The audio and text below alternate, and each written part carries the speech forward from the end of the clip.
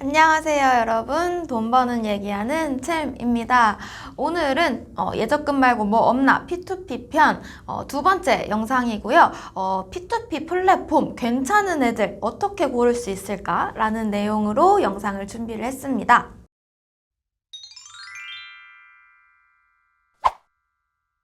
네, 지난 기본편 영상을 통해서 P2P 상품에 투자하는 게 어떤 개념이고 여러분이 투자하실 때 유의하셔야 할 점을 간략하게 말씀을 드렸었어요. P2P 투자하실 때는 상품 자체의 리스크를 보시는 것도 중요하지만 여러분들이 가입하시는 업체, P2P 업체 자체의 리스크도 유의를 하셔야 한다라고 말씀을 드렸는데요. 이게 어떤 의미냐면 여러분들이 뭐 은행 가서 금융상품 가입하실 때 이 금융상품 자체의 리스크, 뭐 ELS를 가입하신다라고 하면 ELS가 원금 상환이 안 될 수도 있겠다라는 리스크만 걱정을 하시는 게 일반적이죠. ELS를 가입했는데 이 은행이 망해서 내 돈을 못 찾으면 어떡하지? 이런 것들을 고민을 하시는 경우는 많이 없잖아요. 근데 P2P 상품을 가입을 하실 때는 P2P 상품 자체의 리스크도 고민을 하셔야 되지만 P2P 플랫폼이 부실해져서 P2P 업체가 망할 가능성도 염두에 두셔야 한다라는 걸 말씀을 드리고 싶어요. 그래서 결론적으로 말씀을 드리면 제가 뒤에 말씀드릴 세 가지 기준으로 플랫폼을 잘 선별을 하셔서 투자를 하시는 게 중요하고 저는 웬만하면 좀 규모가 있는 상위 업체들에만 투자를 하시는 걸 권해드리고 싶어요. 그럼 이 세 가지 가이드라인이 뭔지 우선 말씀을 드리면요. 첫 번째로는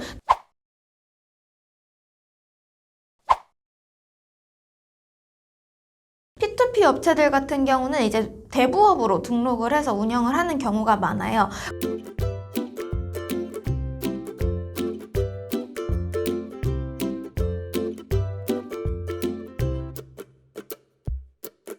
근데 자체적으로 P2P 협회를 운영을 하고 있고 여러분들이 P2P 상품을 가입하실 때는 이 P2P 협회에 등록되어 있는 업체인지를 확인을 하시는 게 중요합니다.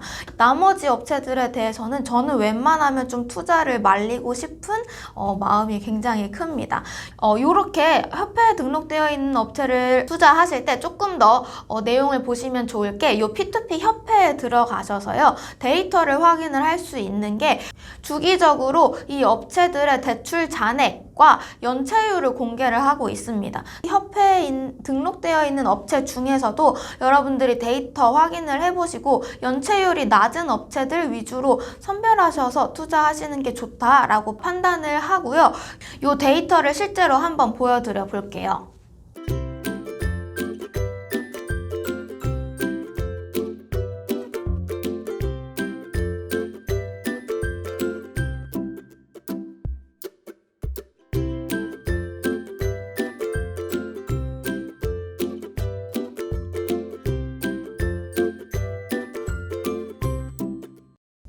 두 번째 기준은요. 벤처캐피탈에서 이 회사의 앞으로 성장성을 보고 투자를 했을 확률이 높아요. 이 회사에 투자를 했을 확률이 높아서 저는 두 번째로 조금 더 정교하게 업체들을 선별하시려면 더 VC라는 사이트에 들어가셔서 여러분들이 이용하시는 P2P 플랫폼이 벤처캐피탈로부터 투자를 받은 적이 있는지 투자를 받았는지를 확인을 하시는 게 좋다라고 생각을 합니다.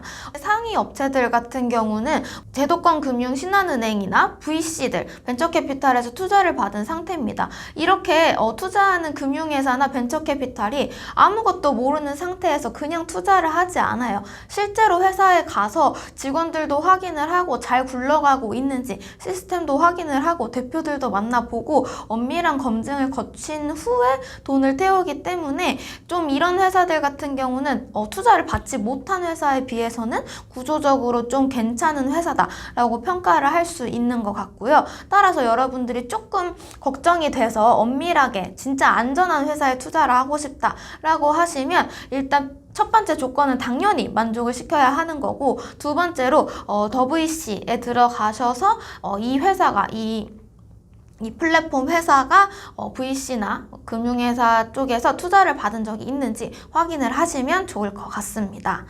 세 번째로는 제1금융권에서 자금 관리를 받고 있는가를 보시면 좋은데요. 이게 말이 어려워 보이지만 여러분들한테 받은 돈을 내부에서 관리를 하는 게 아니라 은행에 맡기고 1금융권에 맡기고 거기서 관리를 한다라는 의미가 되는 건데요.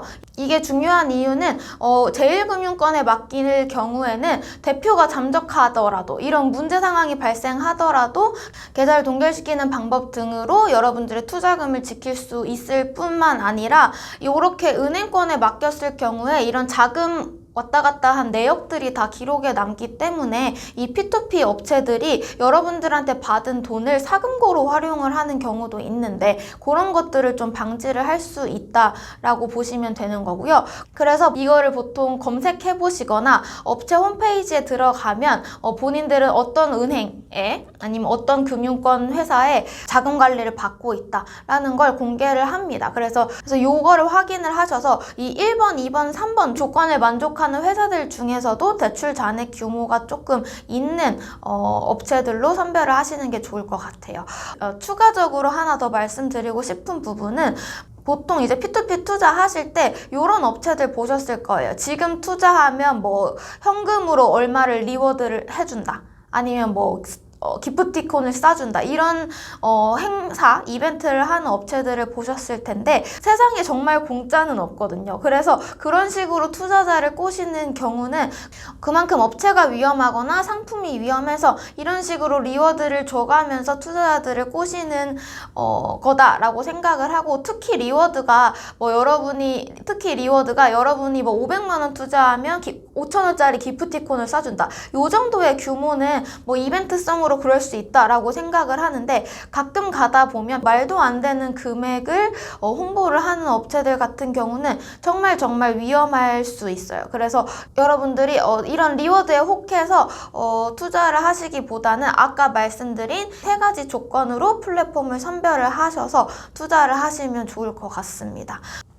오늘은 이제 실전편 첫 번째 시간으로 P2P 플랫폼 업체를 어떻게 고를 수 있는가, 어떻게 괜찮은 애를 고르는가에 대해서 이제 말씀을 드렸는데요. 다음 시간에는 이제 플랫폼 얘기를 했으니까 구체적인 상품들 얘기를 할 거예요. 그래서 부동산 관련된 상품, 그리고 개인 신용이나 법인 매출채권 등과 관련된 상품들을 두 개의 영상으로 나눠서 말씀을 드리도록 할게요. 오늘 준비한 부분은 여기까지고요. 다음에도 좋은 컨텐츠로 찾아오겠습니다.